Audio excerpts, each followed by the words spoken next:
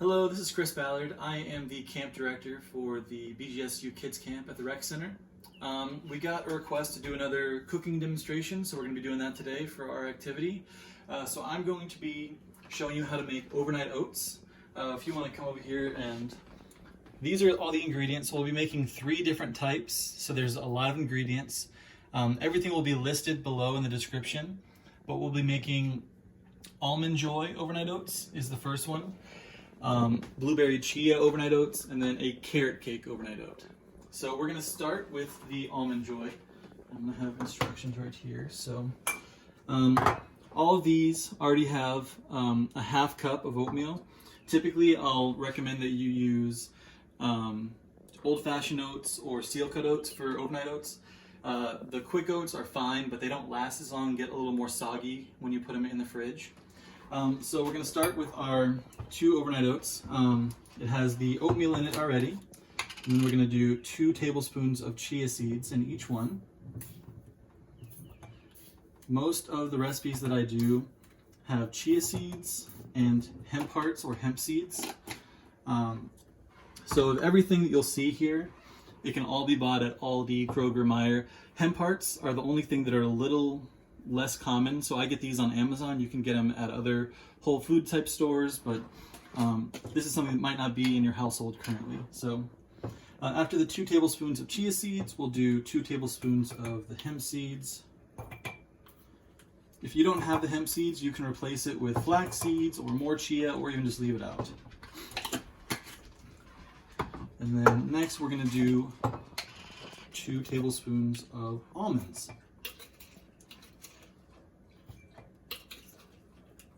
Typically I'll do the slivered almonds, but this is just what we had available today, so that's what we'll be using. Then for each one of these, we're going to take a tablespoon of coconut flakes.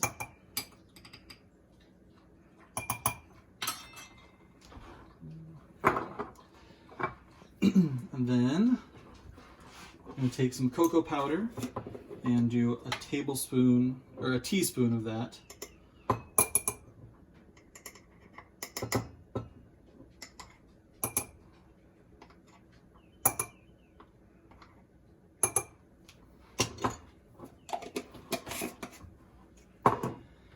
And then about a half tablespoon of chocolate chips. It should be about 10 chocolate chips. I'm not going to count it every time. And it doesn't matter if you use white chocolate, which is what I like to do, or semi-sweet, whatever kind of chocolate you want. Once we have all that in, I like to seal it and shake it up just to mix it. All the dry ingredients will mix a lot better if you have it without all the stuff we're about to add. So then we're going to take honey. I typically don't measure this as much just because it's harder to get out of a tablespoon or whatever like that. But it's going to be about 2 tablespoons in each one. Typically I try to do a little less than I think it is because I'm probably going to put more than I actually should be. It's not really coming out very easily right now.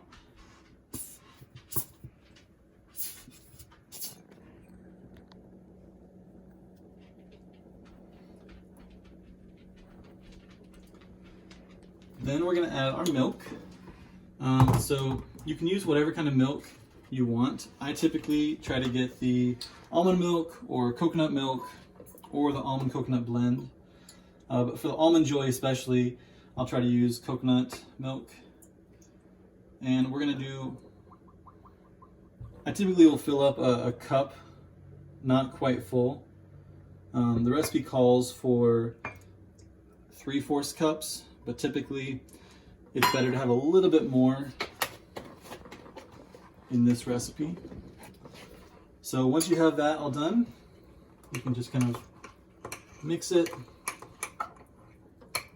Or if you want, you can wait till the day you eat it to mix it. However, I like to do this just to make sure all the cocoa powder gets mixed in with the milk. And we'll seal it. Maybe. Typically I like to write the type and the date, just if I make a lot of them at once. But that's it for that. These are going to go in the fridge, and we'll be able to eat those either overnight or even within 4 hours if you really want.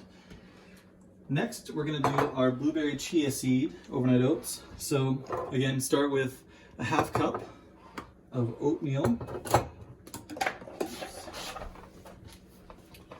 With this one, we're just going to do a tablespoon of chia. And because this has oatmeal in it, or bananas in it, I like to do flax seeds. I feel like the flax goes really well with banana. So we're going to do 2 tablespoons of this.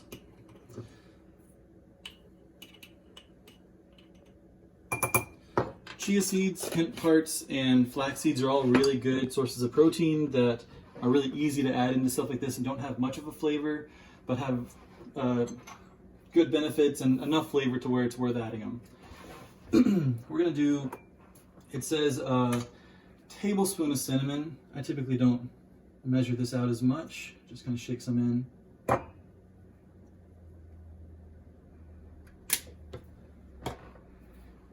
right. Do a tablespoon of maple syrup. Again, it's hard to measure this out perfectly, but typically you want to do a little less than you think you should, just because it's going to add up. So next thing we're going to do is each one of these is going to get half of a banana. So I'm just going to break that in half and then squeeze that in there. All right. We will do 2 tablespoons of peanut butter in each one of these. So most of the time, especially with peanut butter, it's hard to gauge this with your eye the right way. So you're probably going to add more than you need, which is fine. A little bit more in that one.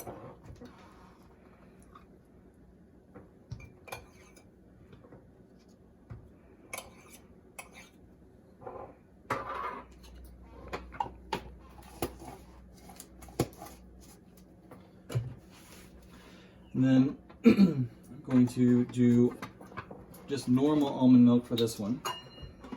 Again, milk doesn't really matter what kind you're using.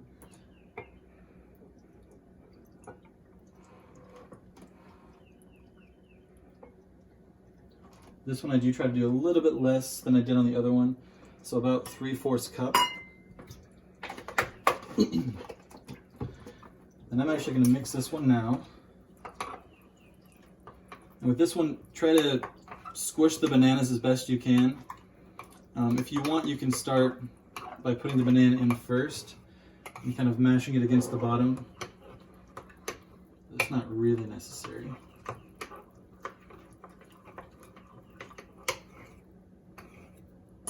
So you can see. So the last thing you're going to want for this is frozen blueberries. So typically with the containers I use and most normal containers, you can't fit all the blueberries you want, so it calls for about a cup of blueberries. That's how much is in this right here, and we'll try to fit as much as we can. Oh yeah, she got it this time.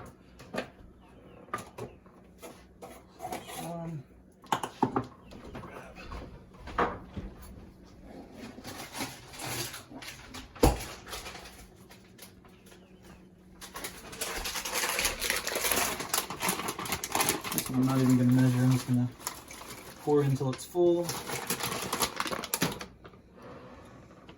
So you can use normal blueberries, however the frozen fruits for overnight oats are really good because when they melt they release some juice that kind of helps it taste better and more flavorful, and it's just easier to buy frozen and have it where it doesn't go bad. So there's the blueberry ones. You don't really need to mix the blueberries in, it's kind of better to keep the fruit on top and then mix it in the day of. Then we have one more recipe. This one is a little more complicated, but it's kind of fun. So this is a carrot cake overnight oats. So before I start with anything else, I'm actually going to take a carrot. So medium-sized carrot, you can use a bigger one, kind of gauge however much carrot you want. But what we're going to do is we're going to shred it.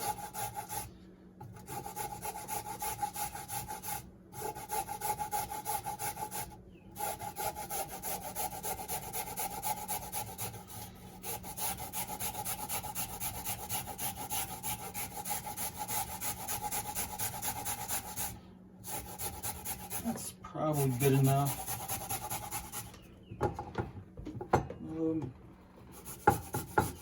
So it calls for 1 medium carrot per overnight oat. I'm only using 1 carrot right now because typically that's enough. However, again, if you want more carrot, go for it.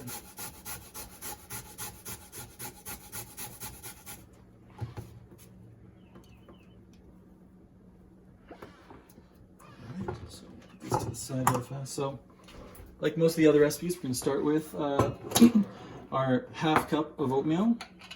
And then we're going to add a tablespoon of chia seeds. And 2 tablespoons of hemp seeds. Again, you can use whatever kind of seeds or nuts you want. It's a perfect recipe for that kind of stuff. I'll do a little cinnamon. It calls for a half teaspoon.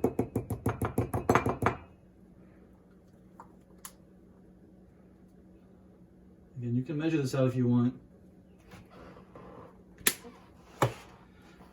We'll do the coconut flakes again. We'll do a tablespoon of that in each.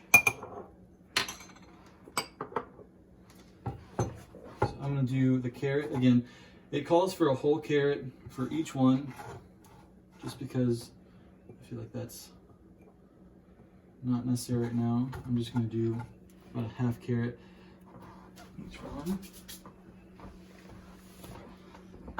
We're going to do almonds, or walnuts. So get some chopped walnuts. Do 2 tablespoons each. And actually we'll do another half because it calls for 2.5 in each.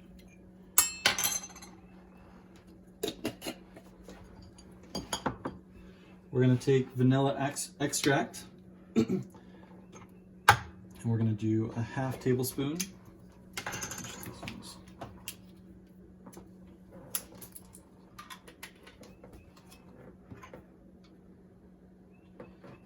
And I'm not even going to fill it up all the way because it is strong if you get too much in it. Do some maple syrup, about a tablespoon of that.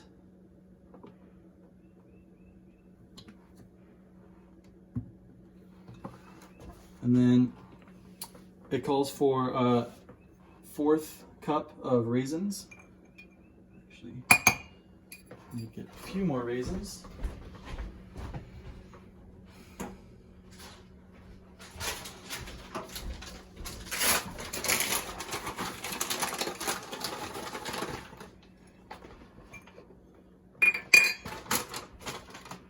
And then just a pinch of salt.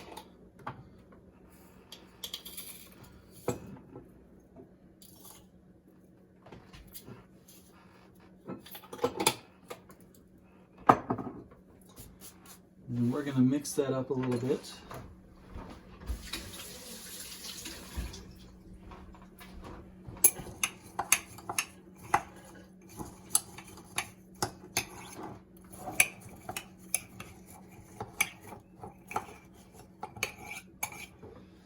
Then we're going to add our milk.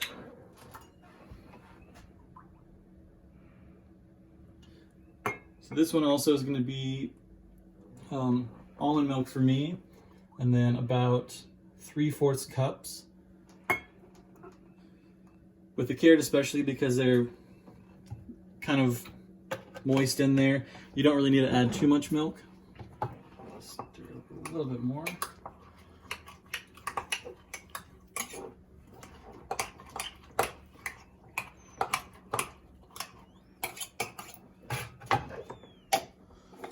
Seal it. And then you'll add all these to the fridge. And like I said, it takes about 6 hours to really have it soaked in. You don't heat these up. You don't need to cook them at all. You just put them in the fridge, and then the next morning, or I made 6, so I'll eat maybe 1 in 5 days, or my son might eat them. Yeah, each one of these recipes has about 20 grams of protein in it, and they're about 650 to 700 calories. So for my son, typically we'll give him half of it in the morning. He loves them. My wife likes them. They're really healthy, really good. Obviously, if you want to cut down on the carbs or sugar, you can add less chocolate or no chocolate, or even add more of the seeds or nuts. So as an announcement for Kids Camp, if anyone is interested, an email will be going out later this week, but BGSU has canceled any sort of camps on campus through June. So unfortunately, through the month of June, we will not be able to hold camp as normal. We are going to continue to do virtual things like this and try to have more of our counselors engage in that as well. And again, there will be more information coming out when we find it out, but I wanted to give you that update, which we just found out recently. So please send us more recommendations on what we could do or anything you might want to see. Crafts are a good thing that we could do, especially at home while you're bored, trying to find something to build or do. So email us at kidscamp@bgsu.edu. And other than that, have a good day, and we'll see you next Thursday.